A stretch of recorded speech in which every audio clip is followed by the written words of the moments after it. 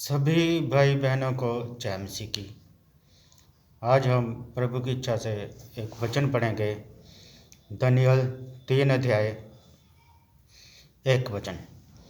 नबूकदनेस्सर राजा ने सोने की एक मूरत बनवाई जिसकी ऊंचाई 60 हाथ और चौड़ाई 6 हाथ की थी। उसने उसको बेबीलोन के प्रांत के दूरा नामक मैदान में खड़ा कराया।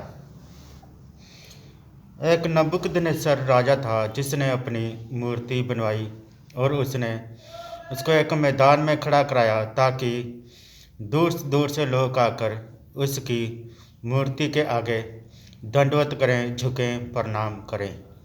अभी हम 11 वचन पढ़ेंगे इसी में से।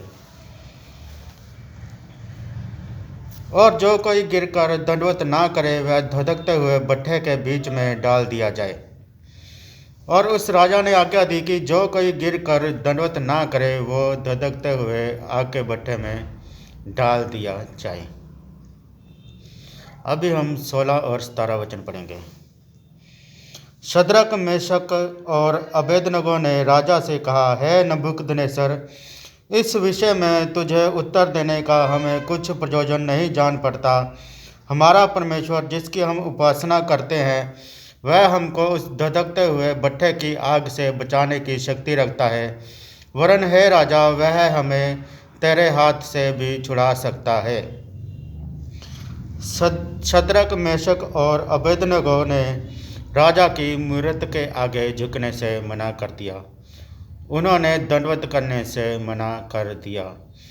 उन्होंने राजा को जवाब दिया, हमारा परमेश्वर जिसकी हम उपासना करते हैं वह हमको उस धधकते हुए भट्ठे की आग से बचाने की शक्ति रखता है। वरन हे राजा, वह हमें तेरे हाथ से भी छुड़ा सकता है। उन तीनों ने राजा को ऐसा उत्तर दिया। अभी हम 24 और 25 वचन पढ़ेंगे। तब नबूकदनेस्सर राजा अचंभित हुआ और घबरा कर उठ खड़ा हुआ और अपने मंत्रियों से पूछने लगा, क्या हमने उस आग के बीच 3 ही पुरुष बांधे हुए नहीं डलवाए? उन्होंने राजा को उत्तर दिया, हाँ राजा, सच बात है। फिर उसने कहा, अब मैं देखता हूँ कि 4 पुरुष आग के बीच खुले हुए टहल रहे हैं और उनको कुछ भी हानि नहीं पहुँची, और चौथे पुरुष का स्वरूप ईश्वर के पुत्र के सदृश है।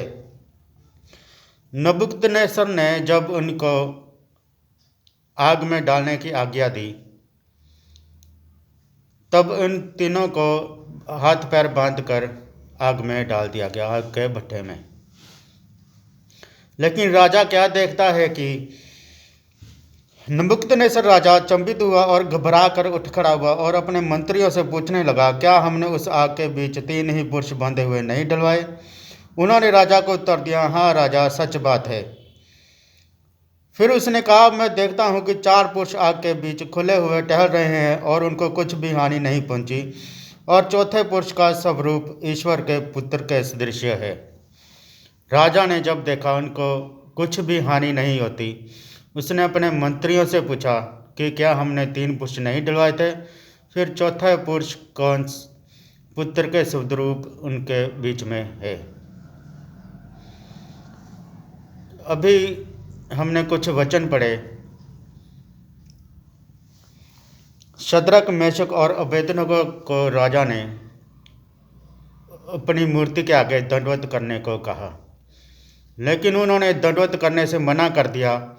उन्होंने अपना विश्वास, अपना पूरा संपूर्ण विश्वास अपने परमेश्वर के ऊपर रखा।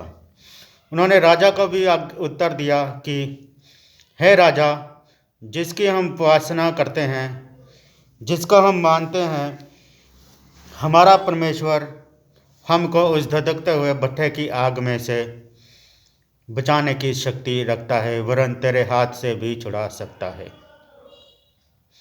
उन तीनों पुरुषों ने राजा की उपासना नहीं की और ना ही उसकी आज्ञा मानी। वह केवल अपने परमेश्वर के ऊपर विश्वास रखते थे, अपने परमेश्वर को मानते थे। उन्होंने किसी के आगे दंडवत नहीं किया। आज ज़्यादातर क्या हो रहा है, जो भी भाई बहन मसीह में हैं और चर्चों में जाते हैं, वो अपने परमेश्वर को छोड़कर अपने अगुओं को नमस्कार करने में लगे हुए हैं, अपने अगुओं को खुश करने में लगे हुए हैं। वो अपने अगुओं की बात मानते हैं, जैसा उन्होंने कह दिया वैसा ही हो गया। लेकिन जहाँ पर हमने वचन पढ़ा कि जो राजा था, उन 3 पुरुषों ने उस राजा की बात नहीं मानी। उन्होंने केवल अपने परमेश्वर की आज्ञा को माना। उनके लिए परमेश्वर की आज्ञा के लिए अपने आप को भी धधकते हुए भट्ठे में डाल दिया। लेकिन परमेश्वर ने भी उनको फिर जलने नहीं दिया। उनके साथ खुद आग में परमेश्वर खड़ा हो गया। आज हम लोगों को भी अपने अगुओं को छोड़कर परमेश्वर की आज्ञा पर चलने की ज़रूरत है, ताकि हमें बचाने के लिए हमारा परमेश्वर खुद आगे आ जाए। लेकिन आज बहुत से भाई बहन जो हैं वो केवल अपने अगुओं के ऊपर ही निर्भर हैं। उनके अगुओं ने उनको कह दिया दान दशमांश चढ़ा दो, अपनी अपनी भेंटें लेके आओ। दान दशमांश चढ़ाने से और भेंटें लेकर आने से परमेश्वर आपके साथ खड़ा नहीं रह सकता। परमेश्वर आपके साथ तभी खड़ा रह सकता है जब आप उनकी आज्ञाओं पर चलेंगे, उनके वचनों को मानेंगे और उनकी विधियों को जानेंगे। ना कि किसी इंसान को खुश करने के लिए। आपका अगुआ भी एक परमेश्वर के द्वारा बनाया हुआ इंसान है।